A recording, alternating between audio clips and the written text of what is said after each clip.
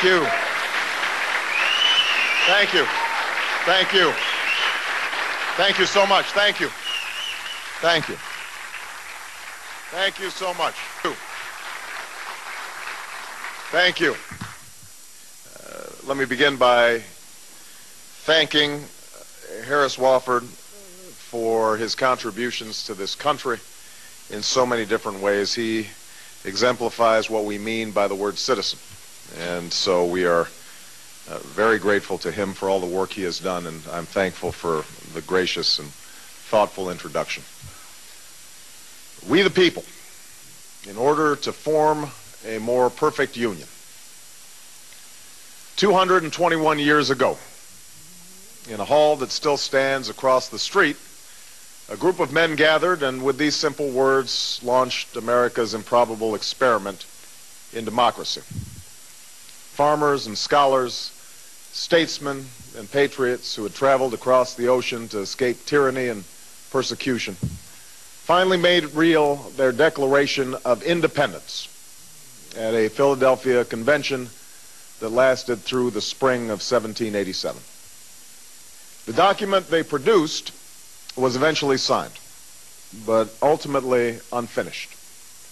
It was stained by this nation's original sin of slavery, a question that divided the colonies and brought the convention to a stalemate until the founders chose to allow the slave trade to continue for at least 20 more years and to leave any final resolution to future generations. Of course, the answer to the slavery question was already embedded within our Constitution, a Constitution that had at its very core the ideal of equal citizenship under the law, a Constitution that promised its people liberty and justice, and a union that could be and should be perfected over time. And yet words on a parchment would not be enough to deliver slaves from bondage, or provide men and women of every color and creed their full rights and obligations as citizens of the United States. What would be needed were Americans in successive generations who were willing to do their part through protests and struggles on the streets and in the courts, through a civil war and civil disobedience, and always at great risk, to narrow that gap between the promise of our ideals and the reality of their time. This was one of the tasks we set forth at the beginning of this presidential campaign, to continue the long march of those who came before us, a march for a more just, more equal, more free, more caring, and more prosperous America.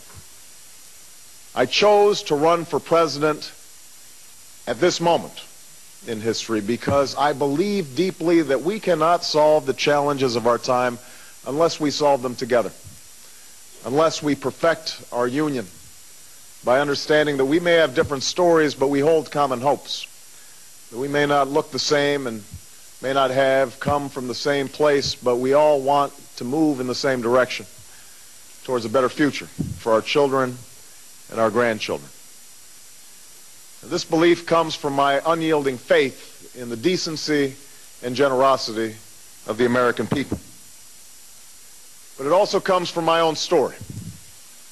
I'm the son of a black man from Kenya and a white woman from Kansas. I was raised with the help of a white grandfather who survived a depression to serve in Patton's army during World War II, and a white grandmother who worked on a bomber assembly line at Fort Leavenworth while he was overseas.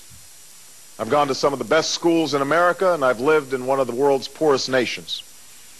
I am married to a black American who carries within her the blood of slaves and slave owners, an inheritance we pass on to our two precious daughters. I have brothers, sisters, nieces, nephews, uncles, and cousins of every race and every hue scattered across 3 continents, and for as long as I live, I will never forget that in no other country on earth is my story even possible. It's a story that hasn't made me the most conventional of candidates. but it is a story that has seared into my genetic makeup the idea that this nation is more than the sum of its parts, that out of many, we are truly one. Now, throughout the first year of this campaign, against all predictions to the contrary, we saw how hungry the American people were for this message of unity. Despite the temptation to view my candidacy through a purely racial lens, we won commanding victories in states with some of the whitest populations in the country.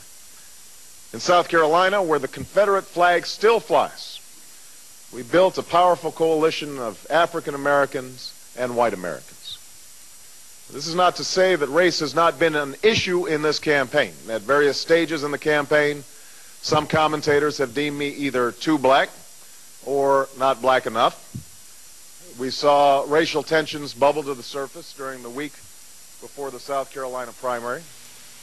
The press has scoured every single exit poll for the latest evidence of racial polarization, not just in terms of white and black, but black and brown as well.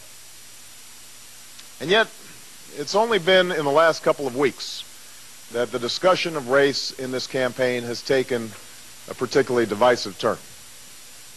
On one end of the spectrum, we've heard the implication that my candidacy is somehow an exercise in affirmative action, that is based solely on the desire of wild and wide-eyed liberals to purchase racial reconciliation on the cheap. On the other end, we've heard my former pastor, Jeremiah Wright, use incendiary language to express views that have the potential not only to widen the racial divide, but views that denigrate both the greatness and the goodness of our nation, and that rightly offend white and black alike. I have already condemned, in unequivocal terms, the statements of Reverend Wright that have caused such controversy and in some cases pain. For some, nagging questions remain. Did I know him to be an occasionally fierce critic of American domestic and foreign policy? Of course. Did I ever hear him make remarks that could be considered controversial while I sat in the church? Yes. Did I strongly disagree with many of his political views? Absolutely. Just as I'm sure many of you have heard remarks from your pastors, priests, or rabbis with which you strongly disagree. But the remarks that have caused this recent firestorm weren't simply controversial. They weren't simply a religious leader's efforts to speak out against perceived injustice. Instead, they expressed a profoundly distorted view of this country, a view that sees white racism as endemic and that elevates what is wrong with America above all that we know is right with America. A view that sees the conflicts in the Middle East as rooted primarily in the actions of stalwart allies like Israel, instead of emanating from the perverse and hateful ideologies of radical Islam. As such, Reverend Wright's comments were not only wrong, but divisive. Divisive at a time when we need unity, racially charged at a time when we need to come together to solve a set of monumental problems. 2 wars, a terrorist threat, a falling economy, a chronic healthcare crisis, and potentially devastating climate change. Problems that are neither black or white or Latino or Asian, but rather problems that confront us all.